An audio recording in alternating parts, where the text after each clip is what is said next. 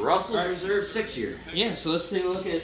This smells like rye. This is fancy wild turkey, pretty much. Rye bread, a little bit of dough. Yeah. A little bit of dough. Yeah, definitely a little bit of dough to it. It's like if you like Year Old Rye, it doesn't have the same like dill note, like that one. But it has a similar feel otherwise. Yes. It's similar, but it does not have the dill presence. Right. It's there, but it's nowhere near as close. I do smell it. It's herbal, definitely like yeasty and rye bread. Yeah, it smells very bread.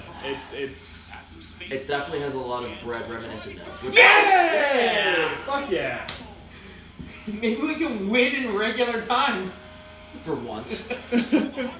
Hey, we may be 3-2. It doesn't matter if it's overtime. Well, it does matter if it's overtime or not. But well, that's our. It doesn't matter on our end. All right. Anyway, the Penguins are winning. With 3 minutes in the third. A lot of spice. Oh, this is a really good rye. Not sweet at all. Ton of spice, like rye spice. And you can taste like every single one you want to taste. There's more pickle in that in the There's more in the pickle body than there was in the nose. Mm-hmm. There's a little bit of pickle, a little bit of dill, a lot of herbal notes. Not sweet at all, which is what I want from a rye. Like I've had a lot of cinnamon sweet ryes. No, this is definitely a very botanical rye. Very botanical rye for sure. Versus a baking spice rye. If this reminds me of anything, this reminds me of Knob Creek rye. And just remember, this is a wild turkey product. So you want to talk about a surprise? Well, here's the thing. I've heard enough good things about Russels Reserve that I've wanted to give this a try as a rye, because people say it tastes like a rye. It tastes like a rye. It does. Yeah. Like Walter. This. When you think of the textbook rye, this is the flavor you expect. This, Year Old Rye, and Knob Creek rye.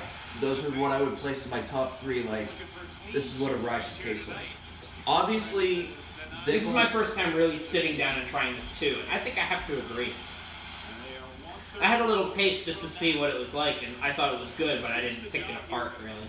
Yeah, this is spicy, but not like burn spicy. This is like in fact there's a little bit of warmth, but there's no real anything. If anything, it's like you took the spice cabinet and took a bunch of spices and calculated what you wanted to put in taste wise, let them soak in water, and this is what came out. Right. Which is not a bad. I don't mean that in a bad way. Right. I mean it like. It's a very complex flavor profile. And it's a very unique flavor profile. It's not spicy like hot sauce. It's spicy like. Like I would want to compare this to flavorful. Wild Turkey Rye 101 just to see what. Oh, without a doubt. But this is, I mean, This it's not young. It's still 6 years old, but like. This is just textbook good rye. Yeah. This is gonna, honestly, with how much my dad loves rye whiskey, and he loves Knob Creek rye, this will have to be a gift that I get him down the road.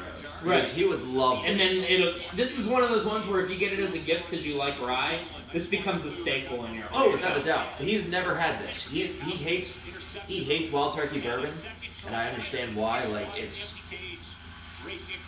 the higher end Wild Turkeys are an acquired taste or a specific taste, but the cheaper stuff is trash. yes. No. Regular Wild Turkey is garbage. 101 is solid for what it is, but you have to like that flavor profile. Without a doubt. Yes. And same with the rare breed is the same sort of deal, and the Long Branch is just such a weird one that you have to like that weirdness. Long Branch is weird, and then Master's Keep. Good luck finding Master's Keep first of all. And the Kentucky Spirit.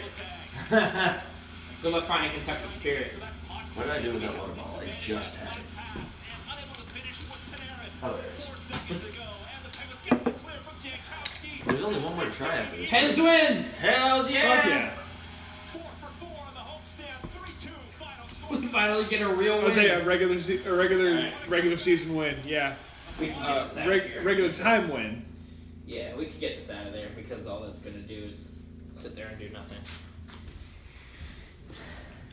So, This is...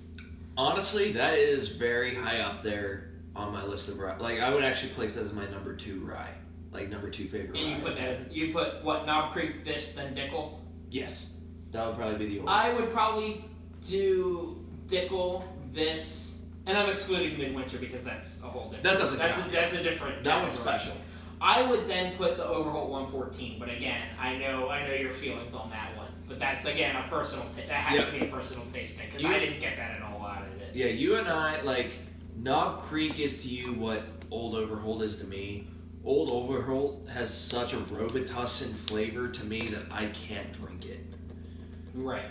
Like, and that's why I think it's again like the cilantro. It's How very, some people think it's soap kind of thing. It's very odd. I don't get that.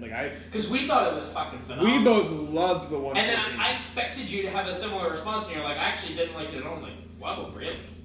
I'm like, you got something else out of it that we didn't. I thought the mouthfeel was wonderful. It had a very thick and viscous mouthfeel. Mm-hmm. But yeah, like there was such a Robitussin heavy flavor note that I was like, this tastes like cough syrup, and I'm not liking this at all. Like I'll try it again and taste it again to see if maybe you got a bad batch for all we know. There was 2 batches of it. Maybe it was a bad batch. Maybe it was just because it was the last thing I had out of a 7 whiskey. Yeah, you could have been influenced by something else. Yeah. It very well could be, and I'm not opposed to trying it again. But the first. Yeah, because I do have it next time if you want to try it. But I put this as a solid number 2 for a sub $50 rye. Yeah. Easily. Mm. Sub 50, sub 40. I mean, I guess it's what 40, right around $40 MPA. Yeah, that sounds about right. That's delicious. Oh yeah, it's a really good rye. I personally think I would pick Dickel as a number 1 because those pickle notes that it gives me, I love. But again, that's my taste. It's hard because I'm gonna be honest. Everything else from Dickel I did not enjoy. It's a Tennessee their bourbon, whiskey. I have their number 8. I have a little mini of it. It's okay. It's not phenomenal. But they got rye down. They know what they're doing. Well, what they did was they sourced their rye from NGP, so it's the same rye that's in Bullet Rye. Okay. But what they did was they did the Tennessee finish on it. So they filtered it through the maple charcoal. So they did a maple charcoal. It's fascinating filter. that it makes that much of a difference. It does. Because it really does. Because it's the same thing that Jack Daniels does, which is why their Tennessee whiskey tastes the way it does. And it's also why I like their single barrels a lot. That's probably why I'm not the biggest fan of regular George Dickel. I'm not a big fan of Jack. I don't like Tennessee. And that's why I'm surprised I like the Long Branch. Speaking of which, I still don't know what happened to that Jack you gave me. Huh? Speaking of which, I still don't know what happened to that Jack you gave me. It's not in my car. Oh, funny. Maybe I gave it to Ellen. You probably gave it to Aaron because I don't have it. Okay. But yeah, I hated Jack Daniels for the longest time, but their single barrels are absolutely divine. Yeah. The regular 94 proof, the rye, and the barrel proof. In every single The barrel proof, and my other buddies agree. Barrel proof Jack Daniels, fucking phenomenal. It is. It's. I wouldn't say it's one of the best barrel proofs out there, but holy shit, does it make it good? It's the most unique, without a doubt. For sure. And it's tasty. The only complaint I have is that it's also the hottest whiskey I've ever had. Right. If they could tone the heat down. And I was gonna say, for you, that's a complaint. For me, it's yes, this tastes like what I expected barrel proof to be.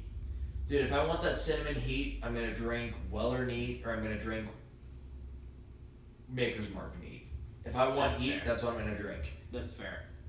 It does, because of how much cinnamon and baking spice is on both of those, it works. Right. The fact that I get nothing but banana bread and sweet and vanilla on Jack Daniels, the heat does not make sense to my brain. Right. Fair. But yeah. Yeah, Russell's Overall, good rye. Russell's delicious. Yes. 90 proof. It doesn't go down like a 90 proof, but it has the flavor profile of something that hasn't been watered down nearly as much as it has been. No, you got to remember too that it's a rye, so it's gonna be. Ryes have such a weird standard. Right. They're so complex, but it's an acquired taste. Yes. And if you like rye, 100% get this. Yes. This should be a staple on your shelf if you like rye. If you like rye whiskey, this is the top 3 rye. For a daily that's sipper. Easy to get. It's easy to get, daily sipper. I mean, I I haven't tried Sazerac. From what I've heard, I would put Sazerac up there, but I would need to try it before I could say that. And this is easier to find than Sazerac. This is readily on our shelves. Apparently, like, the greatest rye to get is Thomas H. Handy or Sazerac 18. Oh, good fucking luck. Exactly. Anything from the Buffalo Trace Antique line, unless you got an extra, like, $1,000. Well, actually, no, because both of those are the cheapest ones from that. You can actually get both of those for around $600 each. Again, only $600. Fuck. Well, Sign me up. Compare it to William LaRue Weller at $2,000. Or how about a month's rent? I was like, fuck. Anyway, Russels Reserve.